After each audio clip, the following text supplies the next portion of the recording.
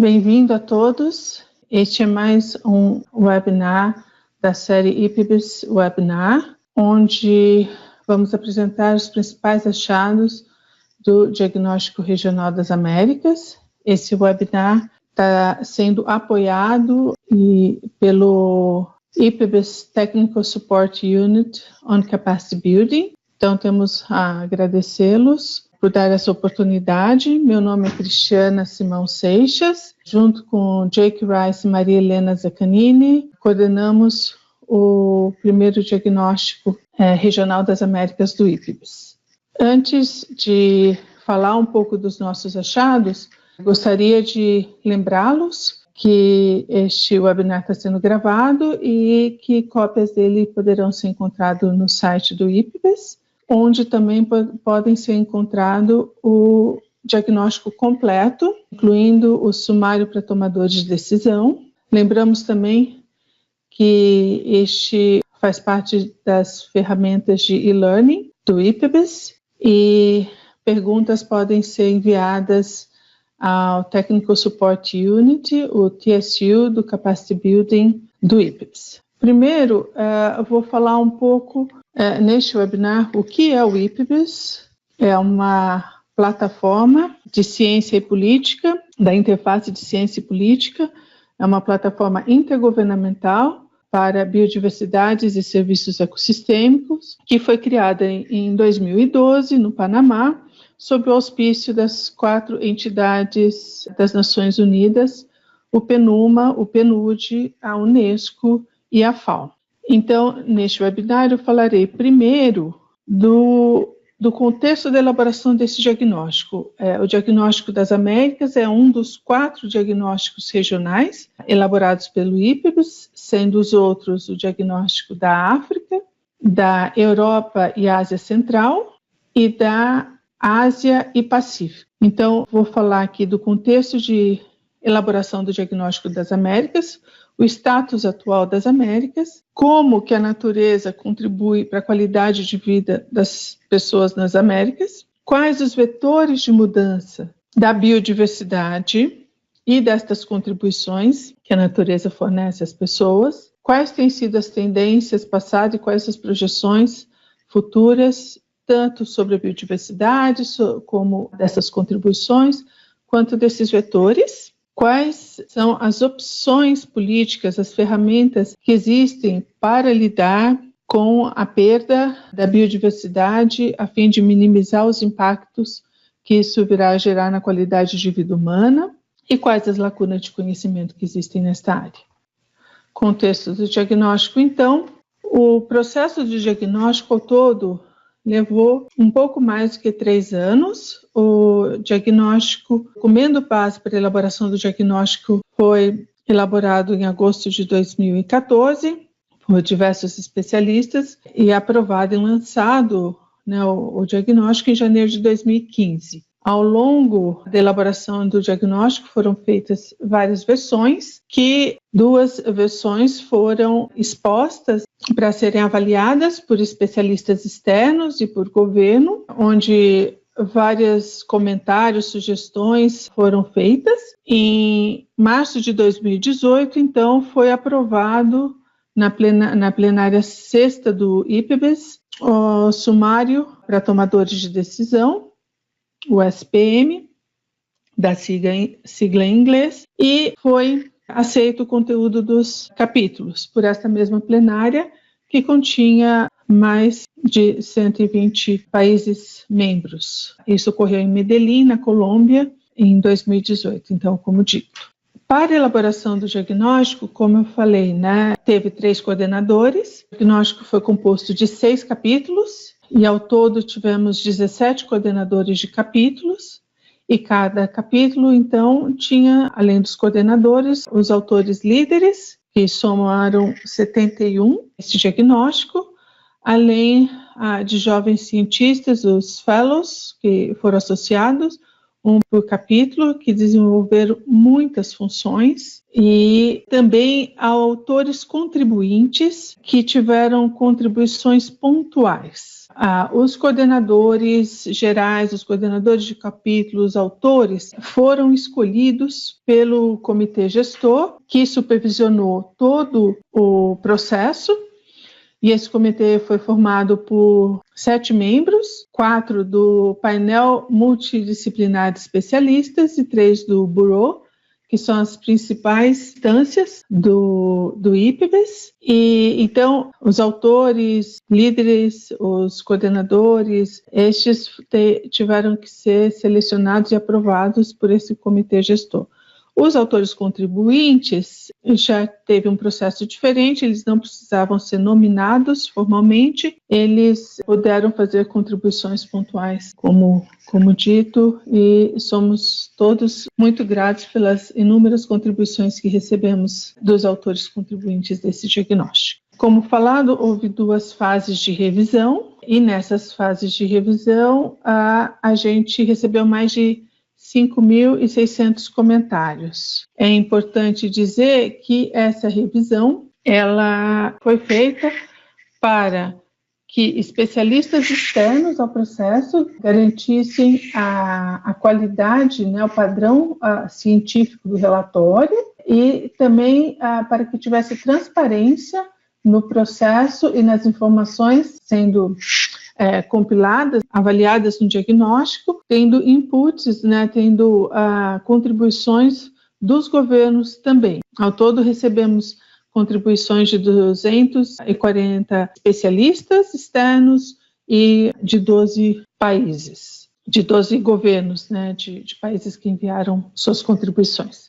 Para o diagnóstico, então, a gente olhou para 4 sub-regiões das Américas: América do Norte, incluindo a Groenlândia, Canadá e Estados Unidos, a Mesoamérica, incluindo o México e a América Central, e essa decisão de trabalhar com a Mesoamérica e tendo o México como parte desse grupo é por causa das semelhanças culturais, socioeconômicas com a América Central, importante para avaliar a questão da qualidade de vida. A América do Sul e o Caribe. Então, os status das Américas. Para o nosso diagnóstico, nós trabalhamos com 14 unidades de análises. 12 unidades estão aqui representadas nessa figura, que indica os principais biomas das Américas. Entretanto, além dos biomas, nós também estudamos áreas alteradas, áreas urbanizadas e áreas cultivadas, seja por agricultura, pastagens, florestas, reservatórios, outras áreas transformadas. Né? Então, no diagnóstico das Américas, tivemos 14 unidades de análise. As Américas, dentre os 4 diagnósticos regionais do IPBES, aqui cobre a mais ampla faixa de latitude e com uma enorme plataforma oceânica também, marinha. Temos nas Américas cerca de 28% das ecorregiões terrestres de água doce do mundo, uma proporção significativa das principais áreas da biodiversidade identificadas em todo o mundo. A região engloba ainda mais de 1/4 dos hotspots de biodiversidade terrestre do mundo e, embora contenha grande biodiversidade, essa está ameaçada com poucas das principais áreas de biodiversidades protegidas. A biodiversidade tem uma importância crítica para os povos que habitam na região, porque ela é o centro de origem de espécies importantes historicamente cultivadas, e a gente observou que muitas áreas estão sendo transformadas por paisagens dominadas pelo homem. Então, de todos os biomas que analisamos, gostaria de chamar a atenção aqui, principalmente para o público brasileiro, que provavelmente está ouvindo esse webinar em português, que 88% da Mata Atlântica, da América do Sul e 50% do Cerrado, também do Brasil, já foram transformados em paisagens dominadas pelo homem.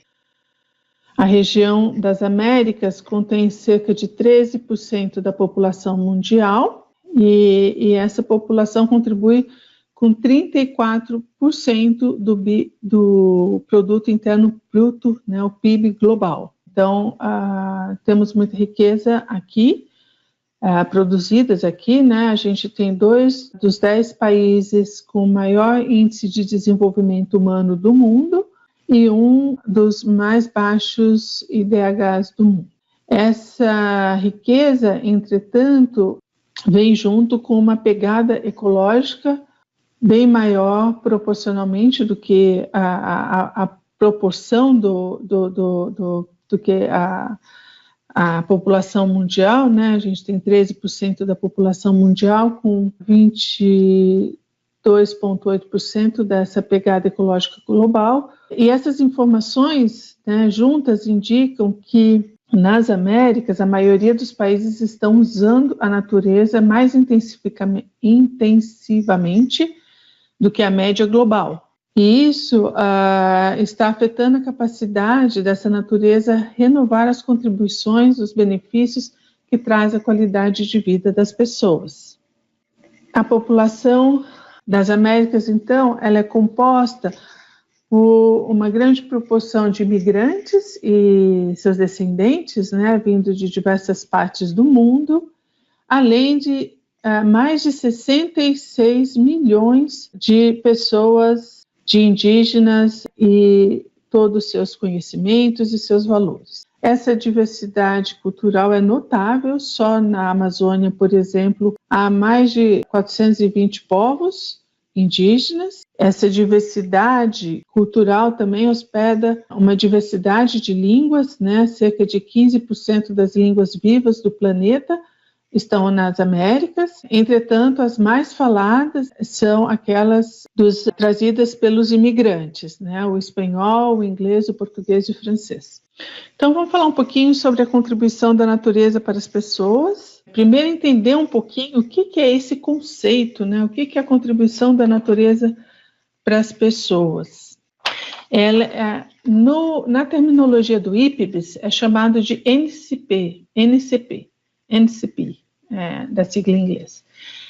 É um conceito utilizado na plataforma que inclui tanto os serviços ecossistêmicos de provisão, né, tipo alimento, matéria-prima, etc., que são os NCPs materiais, como os de regulação, né, regulação do ar, da água, e, além dos serviços ecossistêmicos culturais, outras contribuições imateriais que não são necessariamente entendidas como culturais. Por exemplo, experiências psicológicas, inspiração, experiências espirituais. Então, por isso, o uso desse conceito, que é um pouco mais abrangente do que o conceito de serviços ecossistêmicos, é utilizado nessa plataforma, porque essa plataforma tem como princípios trazer o melhor conhecimento disponível, seja ele científico, indígena ou outra forma de conhecimento, para ser considerado nesses diagnósticos, bem como trazer os diversos valores, perspectivas de compreender a relação homem-natureza. Então, essa contribuição da natureza para as pessoas é uma terminologia utilizada de forma mais abrangente possível para tentar incluir essa diversidade de conhecimentos, valores e também essas contribuições imateriais, como já falei, não necessariamente culturais. As Américas possuem, né, cerca de 40% da capacidade dos ecossistemas do mundo de produzir matéria-prima natural consumida pelos homens e de assimilar os dejetos desse consumo, né?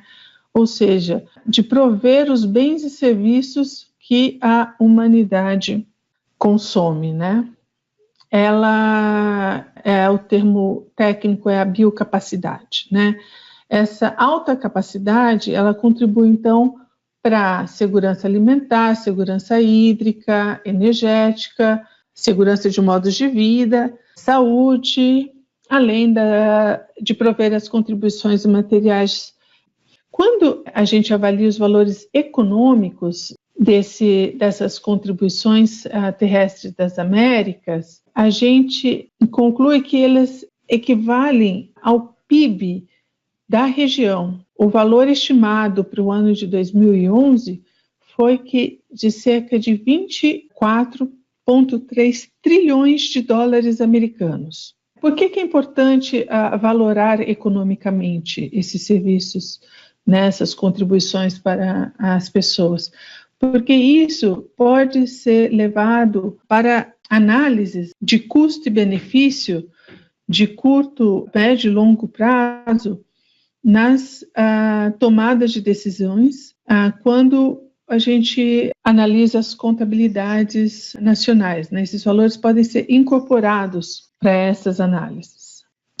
Quando a gente olha como essa riqueza, né, esses valores estão distribuídos, né, nas 4 sub-regiões, a gente avaliou tanto o valor total das contribuições da natureza, né, dos serviços ecossistêmicos para cada sub-região, como avaliamos também este valor dividido pela população da região, né, então qual que é o valor per capita por ano, e também por hectare de cada sub-região, né, das Américas. E nessa análise, identificamos que a América do Sul não só tem o maior valor total de serviços ecossistêmicos, mas também o maior valor per capita por ano e o maior valor por hectare por ano. O que isso nos diz, né? Isso nos diz que a América do Sul tem um potencial enorme de se desenvolver sustentavelmente, que a gente ainda tem recursos, a gente tem uma capacidade de produzir recursos, essa capacidade não só de manter a natureza no seu estado menos alterado, mas mesmo nas áreas alteradas, temos a capacidade de produzir bastante valores, né? Gerar economia, gerar recursos, se desenvolvermos sustentavelmente, sem que essas práticas afetem a biodiversidade existente e prejudiquem os outros serviços. Então, como falado, temos cerca de 3 vezes mais recursos per capita que a média de um cidadão mundial. Essa produção de alimento das Américas está crescendo e isso tem sido muito importante, não só para a segurança na escala local, mas também a global. Hoje, cerca de 90% da população em todas as sub-regiões tem acesso à água potável. Cerca de 100% tem acesso à energia elétrica em ao menos 1/3 dos países das Américas, e nos outros 2/3, cerca de 80% tem acesso à energia elétrica, com exceção de um país. E, reforçando o que já foi dito, né, essa biodiversidade, essa natureza, ela fornece contribuições tanto materiais como imateriais, importantíssimas para o bem-estar, para a qualidade de vida humana, e também as contribuições de regulação de água, de ar, de desastres, de organismos que causam danos à saúde humana. Então, por isso, a importância, né, de se manter essa natureza funcionando, essa biodiversidade funcionando da melhor forma possível.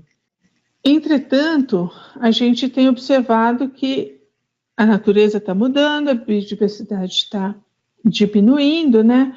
E a gente precisa entender, então, quais são os vetores que têm causado essas mudanças, qual o impacto disso, né, para essas contribuições, para a qualidade de vida das pessoas. A gente analisou dois grupos principais de vetores, né, os vetores indiretos e os vetores diretos de mudanças antropogênicas. Então, como vetores indiretos, a gente observa um crescimento da população, que tem sido um pouco menor, mas continua existindo na América do Norte e um pouquinho maior no Caribe e na América Latina.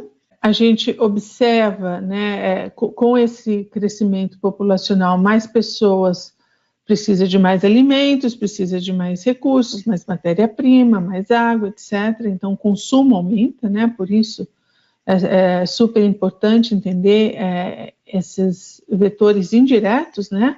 A gente também observou que em vários países, né, e regiões, existem diversas deficiências nos sistemas de governança que afetam o uso dos recursos naturais, né, o acesso à biodiversidade, e que modelos de governança centralizados ainda prevalecem na maioria dos países, e que algumas tentativas de descentralização também têm levado a conflitos socioambientais, né? Então, são coisas que precisam ser olhadas e cuidadas, todas de uma forma, né, que se chegue a um processo de governança, né, que contribua para o desenvolvimento social e econômico, ao mesmo tempo que mantenha a prudência ecológica, né, mantenha as bases de funcionamento do sistema natural. A desigualdade social também é um vetor importante, né? Ele ainda é preocupante na maioria das sub-regiões, com implicações sobre o acesso e o uso, né, dos recursos da natureza e as implicações para a qualidade de vida. E, como eu falei, o crescimento populacional leva a um maior consumo, né? E a gente observou que o crescimento econômico e o comércio, então, pode ter efeitos tanto positivos como negativos sobre a biodiversidade e as contribuições da natureza, mas atualmente esse balanço indica impactos adversos em ambos, né? Hoje, a América do Norte é responsável por 24% do PIB global e por uma emissão de gases do efeito estufa de cerca de 16% das emissões globais. A América Latina e o Caribe representam cerca de 7,6% do PIB global e 5,2% das emissões de gases de efeito estufa. A gente viu que, de maneira geral, o PIB das Américas cresceu 6 vezes, ao menos desde a década de 60, o que contribuiu para a melhoria da qualidade de vida de milhões de pessoas. Entretanto, né, esse crescimento e essa globalização promoveu um desenvolvimento regional, mas acabou por desconectar as localidades de produção, transformação e consumo de muitos produtos de base natural. Então, hoje, você vai no supermercado, compra os seus legumes, sua fruta, e você não tem ideia de onde vem, qual que é o impacto que isso está gerando para ser produzido, ou a roupa que você compra, você não sabe o algodão de onde está vindo, qual o impacto na natureza para produzir aquele tecido. Então, existe essa desconexão, e quando a gente não vê o impacto, né, do nosso consumo, a gente não se preocupa com as consequências disso, né? De maneira geral, né? Não é, claro que isso não é uma generalização, muitas pessoas são super conscientes do que consomem. Esses vetores indiretos de mudanças antropogênicas, eles levam a vetores diretos da transformação da natureza.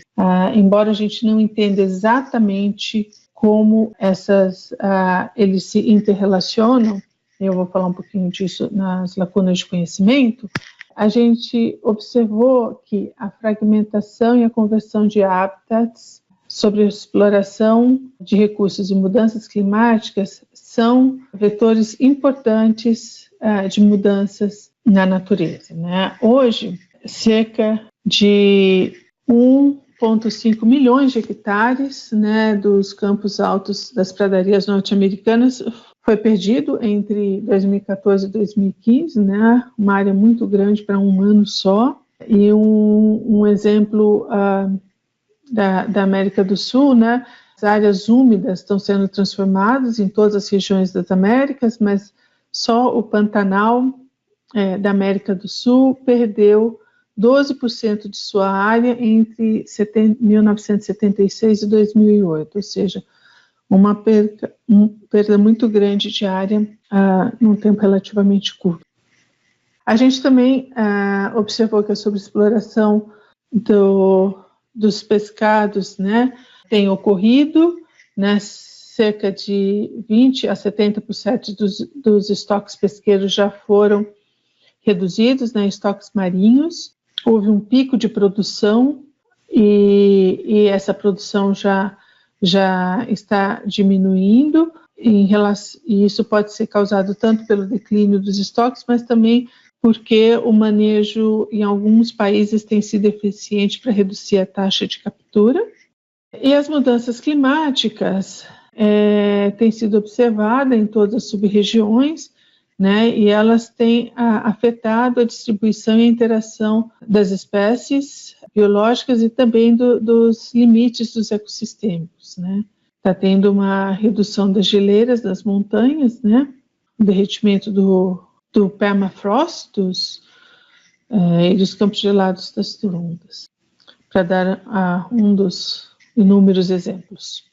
Sobre as tendências e as projeções, acho que é importantíssimo salientar como temos perdido a biodiversidade nas últimas décadas, né? Como isso tem se intensificado. Cerca de 50% dos corais das Américas já estavam reduzidos em 1970 e até 2003, 90% foram reduzidos. Ou seja, a gente tinha apenas 10% da área original de coral em 2003, entretanto teve um branqueamento em 2005 que afetou ainda mais esses ecossistemas.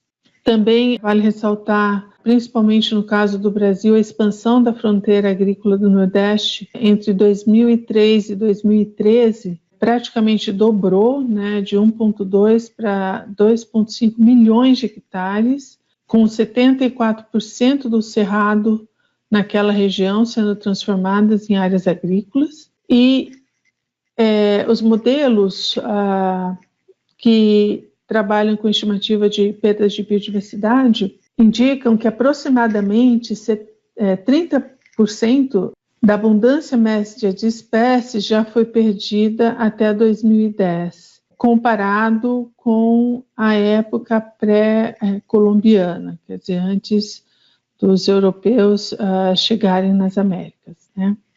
O que é, então, essa abundância média de espécies, né? Veja, não é o número de espécies. Se você faz uma caminhada numa área hoje, qualquer floresta, um campo, hoje você tem cerca de 30% a menos de espécies, de abundância de espécies, naquela área, né? Não é 30% a menos de espécies, da abundância média de espécies. A gente vê que a gente está tendo, em termos de áreas florestadas, né? A gente continua perdendo, né? Muita área florestada na América do Sul, cerca de 9,5% das florestas da América do Sul já desapareceram nos últimos anos, desde 90, e 25% das áreas florestadas da Mesoamérica.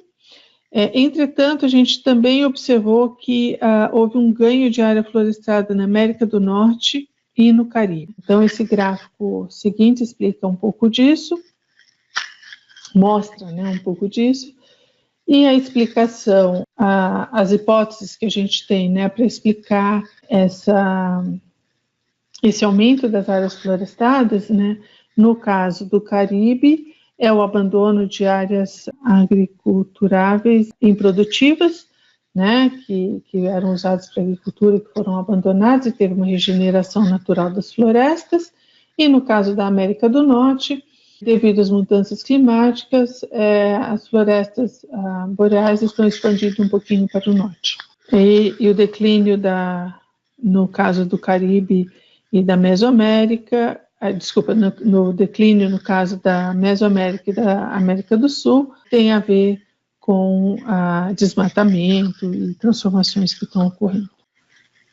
Quando a gente observa as contribuições da natureza, né, tanto as contribuições materiais como imateriais, como de regulação, nesse diagnóstico nós avaliamos 18 classes de NCPs e avaliamos tanto qual o estado deles nas 14 unidades de análise, né? Então, no caso dos biomas, a gente olhou no que ainda não tinha sido transformado, né? Olhando assim um bioma, como estaria a provisão desses serviços ecossistêmicos, dessas contribuições da natureza nesses biomas e também nas áreas alteradas. A gente olha que o verde, então, é quando a contribuição é mais forte, né, tem maior importância, e o vermelho tem a menor importância. E as flechinhas indicam, então, se está crescendo fortemente, está estável, se está diminuindo, né, ou diminuindo fortemente. E a gente observou, então, o resultado dessa análise indica que cerca de 65% das contribuições da natureza para as pessoas estão em declínio, sendo que 21% estão diminuindo muito fortemente. E isso particularmente as contribuições materiais e de regulação. Então, precisamos ter um pouco de atenção aí para pensar em políticas que ajudem a colocar os freios, né, a maneira que a gente fala, colocar os freios nessa diminuição da biodiversidade e das contribuições da natureza para as pessoas, né? Reduzir um pouco essa perda, a velocidade dessa perda. A gente vê que o suprimento de água per capita tem diminuído e encontramos uso insustentável em todas as sub-regiões, bem como de água subterrânea. A gente tem observado que a energia de base natural, né, tanto os biocombustíveis como a energia hidrelétrica tem aumentado em todas as sub-regiões, e o uso das contribuições da natureza para as populações, né, tem causado uma pegada ecológica em cada sub-região que aumentou cerca de 200% a 300% desde a década de 60. Né? Então, a gente vê no gráfico aqui, primeiro no gráfico de baixo, a gente vê como é que está a pegada ecológica de cada uma das sub-regiões. A da América do Norte é muito maior do que a das outras sub-regiões. Entretanto, ela mostra que uma tendência de diminuição, o que é uma notícia muito boa, porque a gente vê que a pegada ecológica cresceu muito, né, nas últimas décadas, mas ela pode sim mudar, né, se políticas, mudanças de comportamento, etc., forem realizadas. No gráfico de cima, a gente olha, então, qual que é a reserva por país, né, e aqui os países estão de acordo com as suas sub-regiões, a reserva do país em termos de o que ele produz, né, 1 hectare de ecossistema global, em cada sub-região, o que ele produz, a biocapacidade, né, lá atrás eu falei que seria 40% da biocapacidade global está nas Américas, menos o que o país consome, né? A população desse país, né? A gente fala por população, por per capita, consome, né? E lá atrás também falei que a pegada ecológica das Américas era de 22,8% da pegada ecológica global, né? Sendo que desse valor 65% é da América do Norte. Então, quando a gente olha o que cada país, 1 hectare, né, de cada país produz por pessoa que existe nesse país, e 1 hectare de cada país é consumido pelas pessoas desse país, a gente tem então o que a gente chama de reserva ecológica, né? E daí a gente vê, então, que alguns países estão bem posicionados, né? Existem recursos onde eles têm a capacidade ainda de se desenvolver de forma sustentável, enquanto outros já ultrapassaram esses limiares, né? Em termos dessa análise de recursos, de populações e consumo. Bom, quando a gente olha as tendências futuras para a biodiversidade e serviços ecossistêmicos, né, a gente observa que se manter o status quo, né, as políticas existentes, a economia da forma que tem sido até aqui, os vetores de mudança na biodiversidade e nas contribuições da natureza vão se intensificar no futuro e isso vai requerer, então, outras políticas e uma efetividade na governança, né? Outras políticas, assim, melhorar as políticas, né? Porque da maneira que está, a gente estima-se, então, que vai continuar intensificando. Com isso, poucas metas de Aichi provavelmente serão atingidas até 2020 pela maioria dos países das Américas. A gente estima que a população ainda vai crescer cerca de 20% até 2050, né, chegando a 1,2 bilhões de pessoas nas Américas, enquanto o PIB vai dobrar, ou seja, vai ter aí um crescimento de consumo concomitante ao crescimento da população. E certamente terá um impacto ainda maior sobre a biodiversidade e as contribuições da natureza para a qualidade de vida humana. Apesar da redução das taxas de degradação em alguns biomas, né, os modelos indicam que continuaremos ter perda de biodiversidade até 2050 e, além disso, se então mantivermos os padrões de consumo, de produção de modo insustentável, se as políticas que permitem essa degradação ambiental continuarem existindo, né? Então, a gente observa que essa perda contínua da biodiversidade também vai colocar em risco a conquista de alguns dos Objetivos do Desenvolvimento Sustentável, né, os ODS, além de outros objetivos e aspirações relacionadas ao clima, os acordos estabelecidos em Paris, na Convenção das Mudanças Climáticas. Embora a perda e a conversão de habitats pela agricultura, pecuária, urbanização tenha sido vetor dominante da perda de biodiversidade até a década de 70, né? Mantendo-se o status quo, as projeções que as mudanças climáticas serão, então, um vetor com crescimento mais rápido e dominante, perda de biodiversidade até 2050. Né? Por isso, são urgentes políticas para minimizar o impacto, né, para minimizar essas mudanças. De novo, né, com relação à época pré-colombiana, né, estima-se que então haverá uma perda de cerca de 40% da abundância média das espécies até 2050, né, um aumento de 9% a mais em comparação aos 31% dos dias de hoje.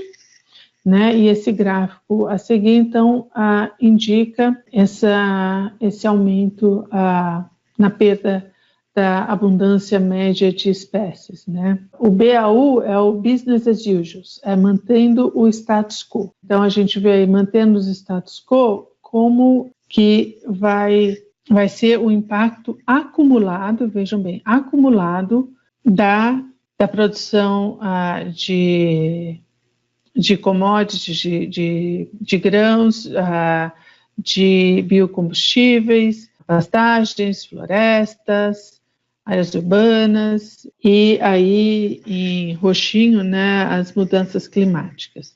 Então a gente vê que as mudanças climáticas é o que está crescendo mais rapidamente, né, desde 2070 para cá, como o vetor de crescimento mais rápido da biodiversidade. E esse gráfico também mostra que, se algumas políticas forem implementadas para minimizar essa perda de biodiversidade, pode-se sim colocar os freios, né? Em vez de termos uma perda aí de 40% da abundância média de espécies, em torno de 35%, 36% seria em 2050. E então são diversos cenários, né, relacionados a soluções de descentralização, relacionados à mudança de consumo e de tecnologia. Quer dizer, a gente não consegue impedir total a perda da abundância média de espécies, mas a gente consegue, como eu falei anteriormente, colocar o freio, né, nessa perda de biodiversidade, diminuir a velocidade de perda. E isso é importantíssimo, né, para continuar mantendo a possibilidade da natureza contribuir para a qualidade de vida humana.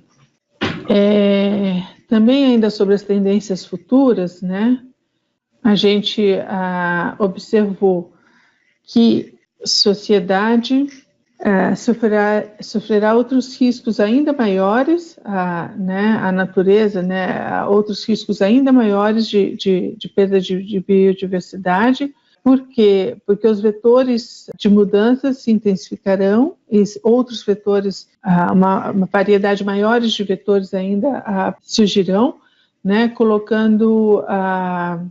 tornando os ecossistemas do futuro menos resilientes do que atualmente, né? E a gente também observa que uma desconexão dos modos de vida dos habitats locais e a degradação direta do ambiente virá erodir ainda mais o senso de pertencimento, as línguas e o conhecimento ecológico de alguns povos, populações, comprometendo ainda mais a continuidade cultural de alguns deles, né?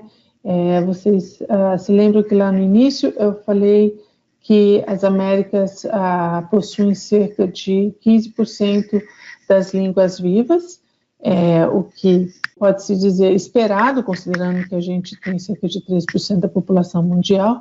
Entretanto, nas Américas, diferentemente da média global, é onde as línguas estão mais ameaçadas ou em risco de extinção, né? 61% das línguas das Américas estão ameaçadas ou em risco de extinção, enquanto a média global é de 34%. Estamos se aproximando ou já ultrapassamos alguns limiares ambientais e sociais, dificulta muito a gestão, né, dos ecossistemas, porque algumas mudanças são irreversíveis, né? Então tem coisas que foram perdidas e que não temos mais o que fazer, mas temos ainda como cuidado que ainda está aqui, né? Então por isso temos que pensar em opções futuras, né? O que pode ser feito daqui para frente para manter o que temos ainda.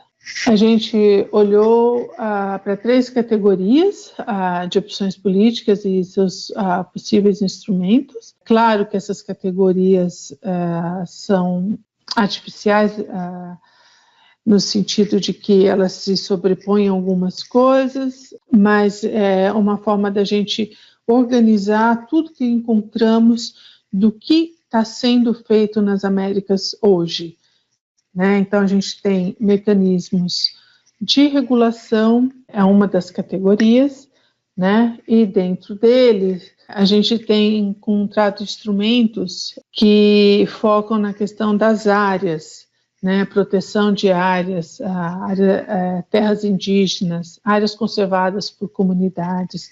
Isso tudo existe em países das Américas, né? Limites, por exemplo, controle de poluição, restrição de acesso, né? Seja a controle de turistas, licenças de pesca, são exemplos de instrumentos, existem inúmeros outros, né? A questão do manejo, né? Restauração de ecossistêmica, manejo de base ecossistêmica, controle de espécies invasoras, diversas formas de manejar a biodiversidade.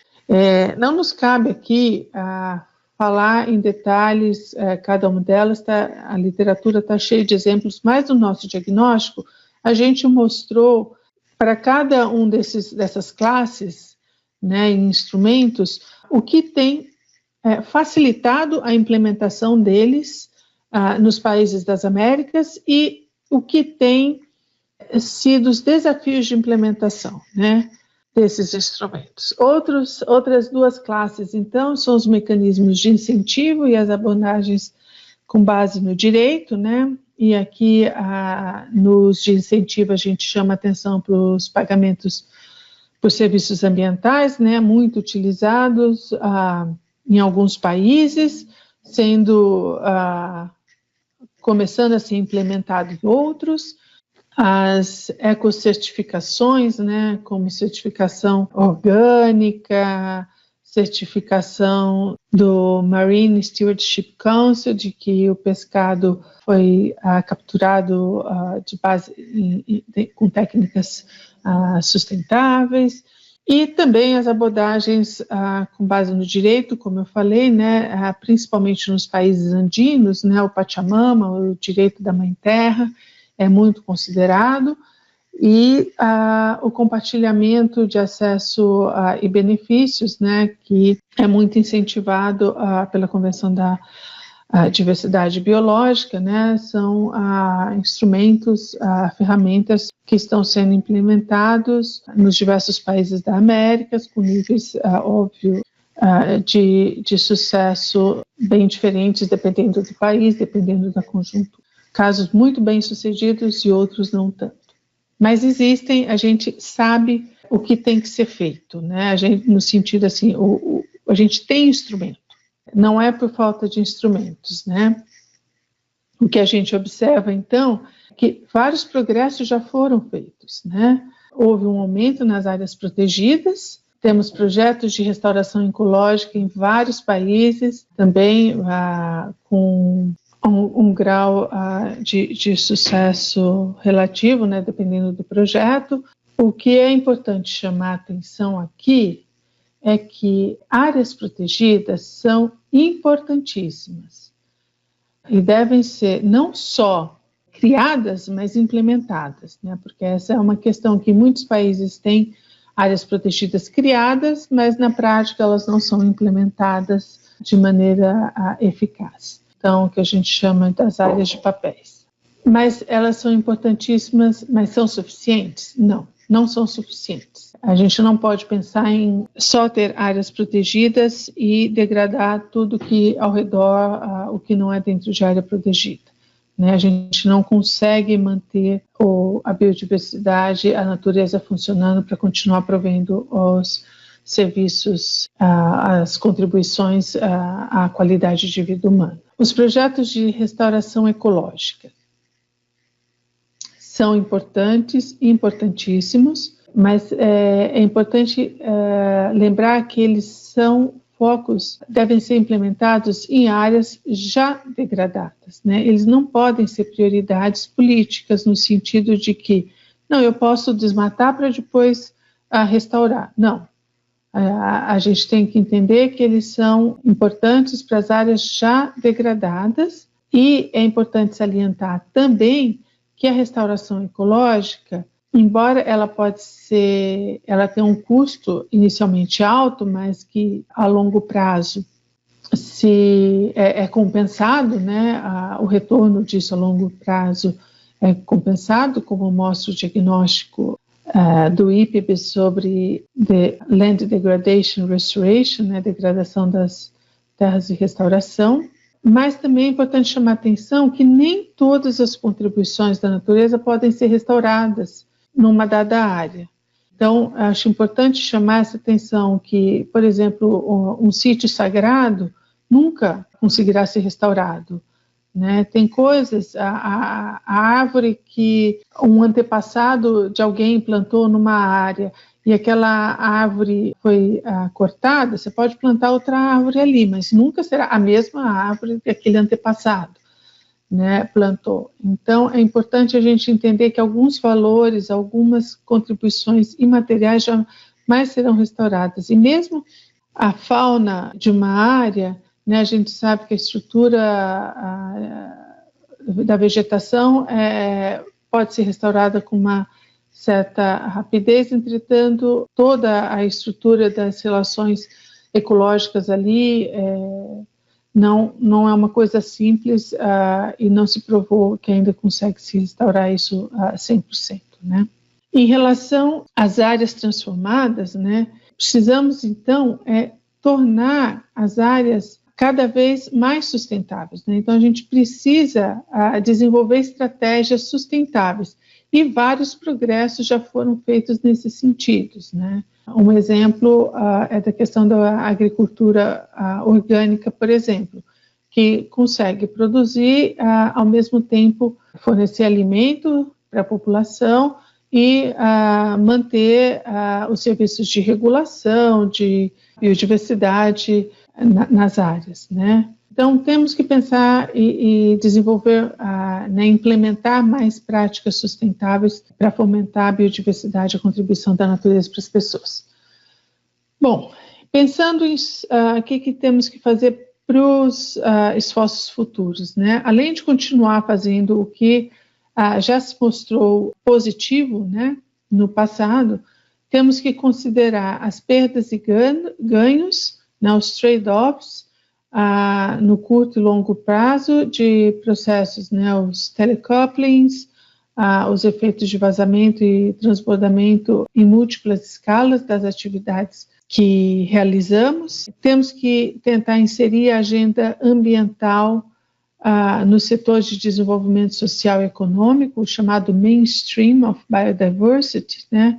Como é que a gente trata a questão ambiental não só dentro do Ministério do Meio Ambiente, mas também dentro do Ministério do Planejamento, dentro do Ministério de Minas e Energia, dentro do Ministério da Educação, por exemplo. Então, assim, essa agenda tem que ser transversal aos outros ministérios e não ficar somente num dos ministérios, né, por exemplo. Né, mas é importantíssimo que se mantenha, sim, um ministério carro-chefe dessa agenda, né? Mas não deve ficar excluída, sendo só discutida entre seus pares, né? A gente precisa trazer essa discussão para outras arenas.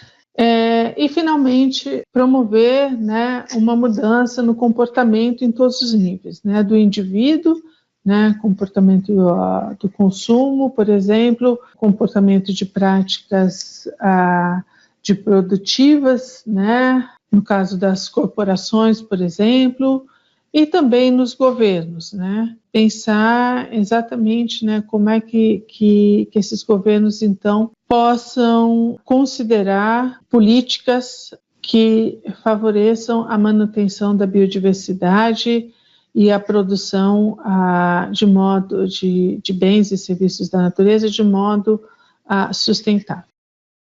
Então, só para finalizar, vamos falar um pouquinho das lacunas dos conhecimentos, né, que tivemos ao tentar, né, ao elaborar esse diagnóstico, né.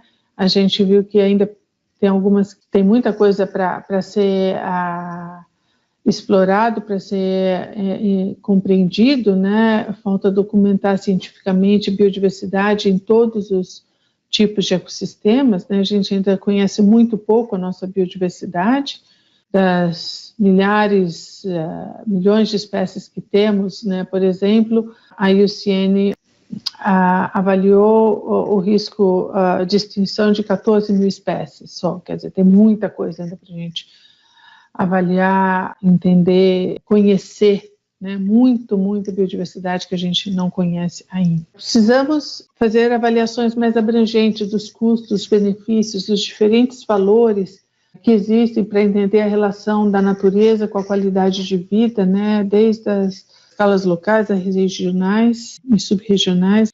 A gente tem alguns estudos de caso, né, muito pontuais, mas como é que a gente faz esses estudos mais globais, né, em escala regional, entender essas relações? A gente observou que existe um descompasso na produção dos dados sociais, né, relacionados à qualidade de vida, que são produzidos numa escala sociopolítica, por exemplo, um país, uma sub-região, e os dados ecológicos, geralmente produzidos numa escala de ecossistema, de biomas. Então, para comparar, para sobrepor essas informações, tivemos algumas limitações, né?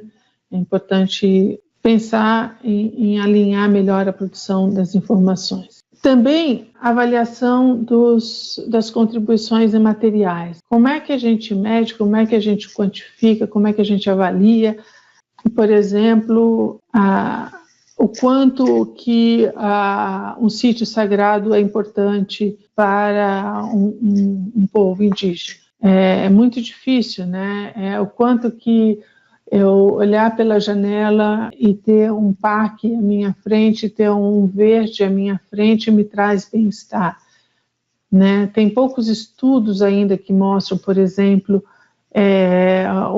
os impactos das áreas verdes urbanas na qualidade de vida das pessoas de forma quantitativa, né? Como que a gente mede isso? Tem, como eu disse lá atrás, né, entender essa relação entre os vetores de mudanças indiretos e os vetores diretos, e como esses vetores afetam a biodiversidade e os serviços da natureza, quer dizer, como é que tudo isso está interligado, né? Tem muita coisa que a gente ainda não consegue explicar. Quais são os fatores, né, que afetam a nossa capacidade de generalizar e ampliar ou reduzir os resultados de estudos individuais, né? Então, para algumas questões, a gente até tem um estudo que mostra claramente a relação entre as contribuições materiais de regulação para uma dada população. Mas como é que a gente extrapola isso para uma região toda? Quais são as limitações de se fazer isso, né? Enfim, e o que observamos é que, com raríssimas exceções,